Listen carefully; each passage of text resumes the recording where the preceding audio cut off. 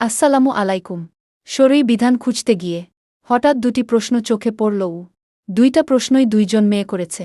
একজন লিখেছে, শাইখ, আমার বয়স ২৯ হয়ে গেছে, এখনও বিয়ে হয়নি। আমি সবসময় আল্লাহর কাছে একজন ভালো জীবনসঙ্গী চাই, কিন্তু এখনও আমার দোয়া কবুল হয়নি। মাঝে মধ্যে মনে হয় আমি গুনাহগার বলেই হয়তো আল্লাহ আমার দোয়া কবুল করছেন না। শাইখ, আমার জন্য একটু দোয়া করে দিন না, যাতে আল্লাহ আমাকে একজন ভালো জীবনসঙ্গী দেন গু।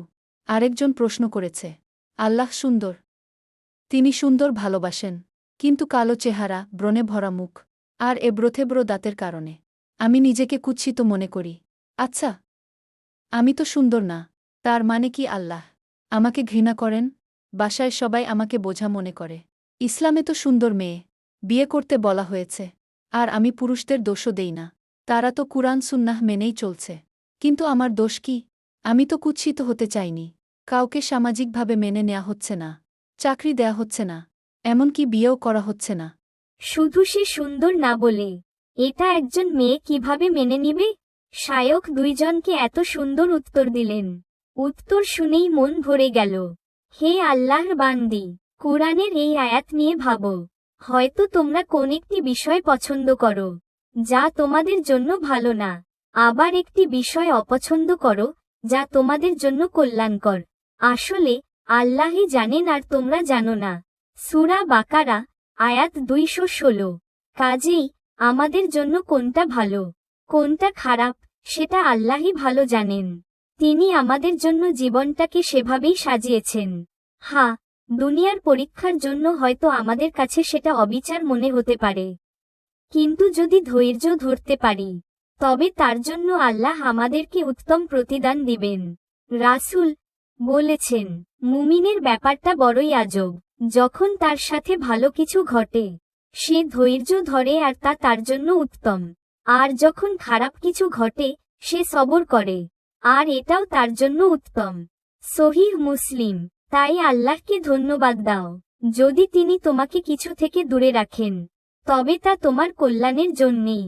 শয়তানকে ওয়াসওয়াসা দেওয়ার সুযোগ দিও না, বরং আল্লাহ যেমন চান তেমন একজন বান্দি হয়ে যাও। তার ফয়সালা হাসিমুখে মেনে নাও। কাদরকে গ্রহণ করতে শিখো। আল্লাহর ইবাদত দিয়ে নিজেকে ব্যস্ত রাখো। সালাত সিয়াম, আল্লাহর জিকিরে নিবিষ্ট হও। নিজের প্রতি সদয় হও। তাকিয়ে দেখো, তোমার মতো লক্ষ লক্ষ মেয়ে বিয়ে করতে পারছে না, কিন্তু তারা অনেক বিবাহিত দম্পতির চেয়ে সুখে আছে। কখনো কোনো দম্পতিকে একসাথে দেখলে কি তোমার মন খারাপ হয়ে যায়? মনে হয় আল্লাহ তোমাকে এই সুখ থেকে বঞ্চিত করেছেন? ১ মিনিট দাঁড়াও। তুমি তো কেবল জীবনের একটা দিকই দেখলে।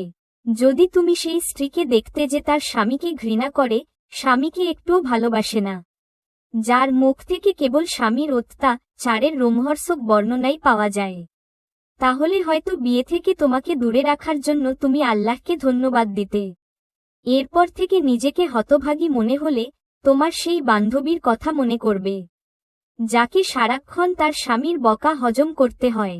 স্মরণ করবে তোমার সেই প্রতিবেশীর কথা, যাকে স্বামী মেয়ে বাসা থেকে তাড়িয়ে দিয়েছে, তাদের ডিভোর্স হয়ে গেছে। আজ তুমি অসুন্দর হওয়ার ব্যাপারে অভিযোগ করছো, কিন্তু আজ যদি আল্লাহ তোমাকে যে নিয়ামত দিয়েছে সেটা গুনতে শুরু করো, তবে গুণে শেষ করতে পারবে না। যদি তোমরা আল্লাহর নিয়ামত গণনা করো, তবে তার সংখ্যা গুণে শেষ করতে পারবে না। মানুষ অবশ্যই বড়ই জালিম, বড়ই অকৃতজ্ঞ। সূরা ইব্রাহিম। আজ যদি সবাই তোমার মতো কথা বলতে শুরু করে, তবে যারা অসুস্থ তারা বলবে, আল্লাহ কেন আমাকে অসুস্থ রেখেছেন আর সবাইকে সুস্থ রেখেছেন? যারা গরিব তারা বলবে, আল্লাহ কেন আমাকে গরিব বানিয়েছেন আর অন্যদেরকে ধনী বানিয়েছেন?